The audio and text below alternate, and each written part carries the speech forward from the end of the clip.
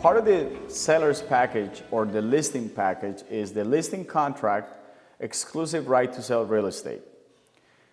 This is the document that allows us as listing agents to market and sell and represent the properties for our sellers. You got to make sure that when you explain this contract to the client, you make them understand that first, a listing contract cannot be longer than 365 days, pretty much a year. Also, that this is a contract and it cannot be canceled unilaterally.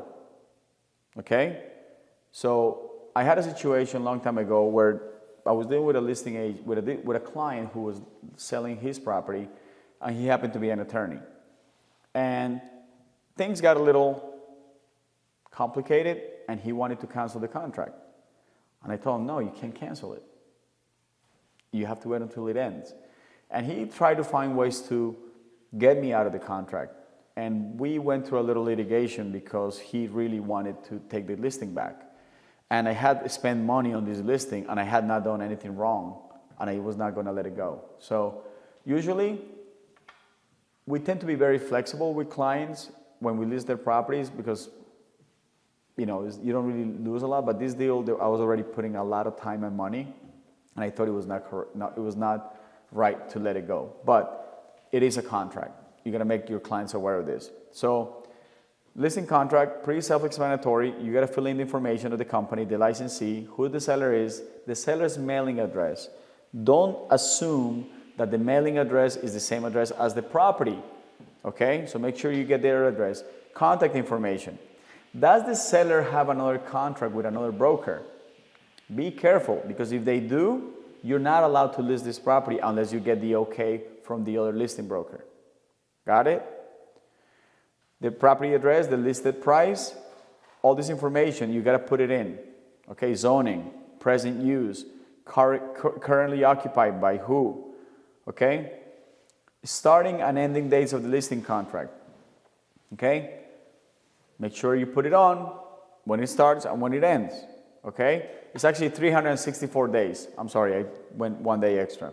Dual agency. Explain to your client, to your seller, what dual agency means and how it works. At this point, you should understand what dual agency is, right? Designated agency. If this, only check this box if it doesn't apply. All right? But we want it to apply. And then the commission. How much commission are you going to charge? We cannot say that the going rate for commission is 6%. Remember, that's not allowed. That's illegal. You can say our office charges this much. Now, one way to negotiate the listing commission with your clients is, let's say you want to charge 6%, but it sounds better to say, well, I charge 3%, and then we pay out 3% to the buyer's agent. That way, it doesn't feel like you're charging 6%, right? Which I think I was explaining to Adam yesterday. Now, you can put a percentage or a dollar amount. Remember, if we list a property that is less than $60,000, we got to charge a minimum fee of $3,600. So you put it here, okay? And if you have a non-refundable fee, you put it here. Usually with sellers, we don't have this, so it doesn't apply. Now, this is very interesting. Seller will pay the balance of broker's fee if property or any ownership interest in it is sold or exchanged during the term of this contract by brokers, licensees, seller, or any other person or broker at the listed price or any price acceptable to the seller. Pretty much, we earn our commission while this contract is valid, whether we sell it or the seller sells it on the side. So be careful when you have sellers that are trying to cut you off from a deal because they want to save the commission money. A ready, willing, and able. These words are key words here. A ready, willing, and able buyer is found during the term of this contract by broker or by anyone, including seller. So it doesn't matter who brings the buyer. Ready, willing, and able. We earn our commission. Okay? Negotiations that are pending at the ending date of this contract result in a sale. So let's say the contract ends at the end of the month. and you already got a buyer and you're dealing with them, and they decide to sign an agreement the 15th of March, you earn your commission. The property or any part of it is taken by any government for public use, eminent domain, in which case seller will pay from any money paid by the government. So, make sure you get your money. A sale occurs after the ending date of this contract if the sale occurs within. Make sure you put in there at least 30 days. Okay, because you don't want your contract to end. Somebody sold the property while you had it listed, and then now the contract ends, and the next day he goes and signs a contract. You want to put 30 days there, okay?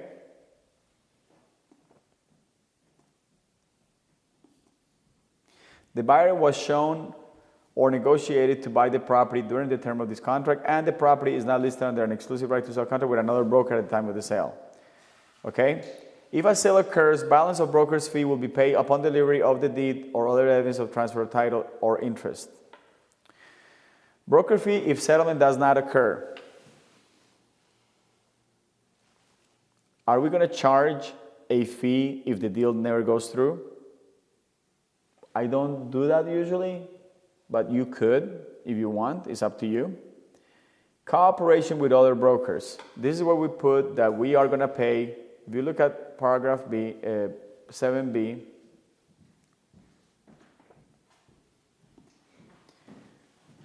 we will pay to an agent who represents the buyer, and the broker will pay. We can say we pay, let's say we're charging 6%, we can say 2.5% here, but most of the time we split it half and half, okay? And it says that a buyer's agent, even if compensated by broker for seller, will represent the interest of the buyer. It doesn't matter. Now, do we pay to transaction licensees? Yes and no. Sub-agent? So only worry about B.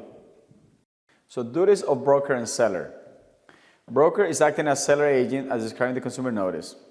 Okay? Seller will cooperate with broker and assist in the sale of the property. All showings and negotiations and discussions about the sale of the property, written or oral, will be communicated by broker on seller's behalf. If a property or any part of it is rented, seller will give any leases to broker before signing the contract, and seller will not enter into, renew, or modify any leases or any option to sell during the term of this contract. You got to make sure you explain this to the seller. Broker services to buyer. Brokers may provide services to a buyer for which broker may accept a fee, meaning we can represent another buyer. Such services may include, but are not limited to, document preparation, ordering certifications, etc. Broker is not responsible for damages. Key point here. What happens if a buyer walks through the property and breaks the leg of a very expensive chair? Who's responsible for that? We're not. You got to tell this to your seller. That's why you have insurance. We're not responsible for any damages that happen to your house while it's being shown. So, if you have any valuables, cash, jewels, anything, keep it away when there are showings, because if it gets stolen, we're not responsible for it, okay?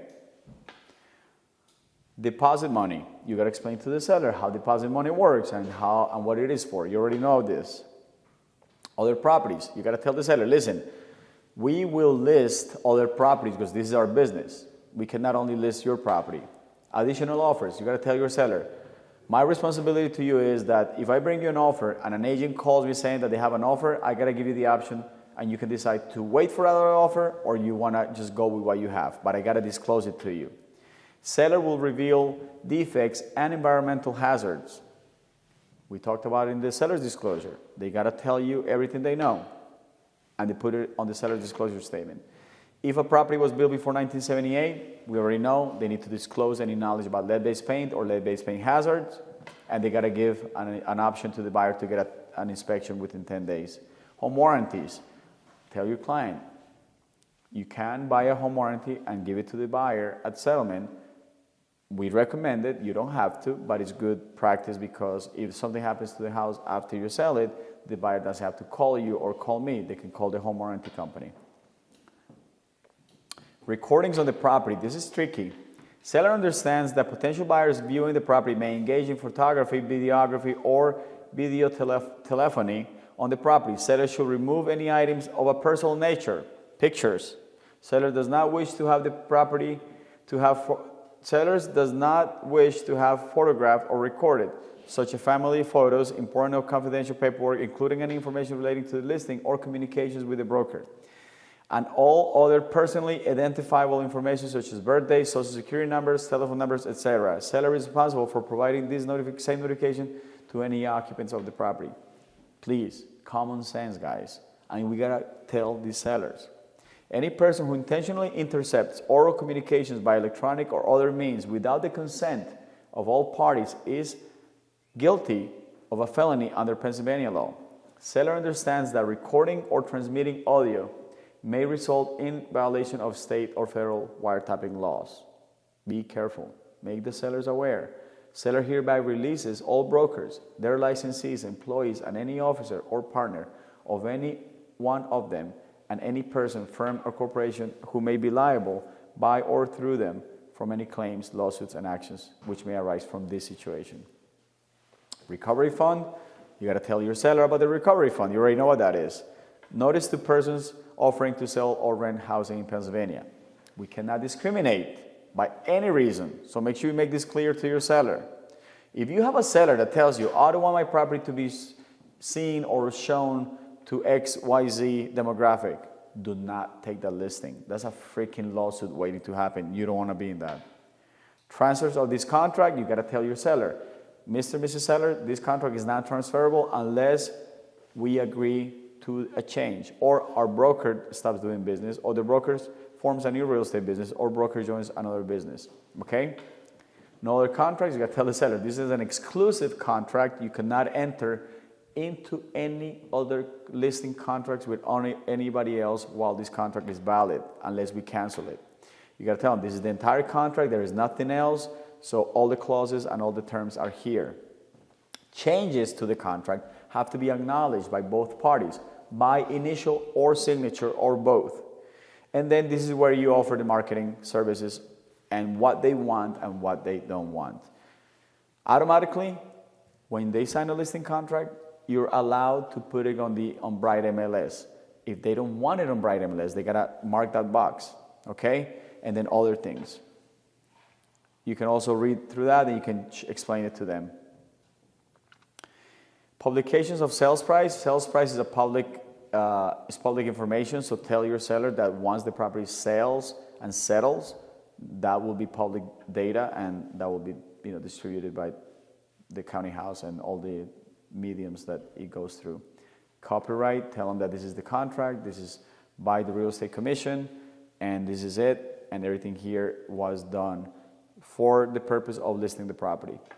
Fixtures and personal property, tell them what do you want to keep, what do you want to leave. You put it here, but remember, it has to also go on the agreement of sale and on the seller's disclosure. Taxes and special assessments, you might want to fill this out. We usually don't do it, but it's something that is not mandatory, pretty much. Foreign investment in real property tax, the same thing. If you have a foreign investor, they need to leave 15% to make sure they pay taxes if they're going to sell the property when they're not residents or citizens. Title and possession, you got to fill this in. Mineral rights, oil, all of that stuff. What kind of mortgages they have, what is the balance. You want to take this information because when you get the payoff for them, when the deal is going on, this is very easy to get from here instead of calling them. And then, from here on, seller authorized to receive mortgage payoff. If you fill this out, it'll make our life easier because we will not need them to get payoffs. And if they have any child support, they got to put it here. And then this is very unique. Doesn't apply all the time, but I'm just going to bring it up. Buyer financing. The seller can say, I only take cash or conventional mortgages. I don't want FHA or VA. I'm not willing to give any seller's assist. So you can put that here, okay? Special instructions, there is nothing extra. There is nothing that we're not telling, but if they want to hire an attorney and review with an attorney, they can. And then special clauses, property description addendum, single agency addendum, consumer services fee, vacant land disclosure, short sale addendum. Those are things that will apply depending on the type of property that you're dealing with and that you're charging. They got to put their initials here, that they receive the consumer notice.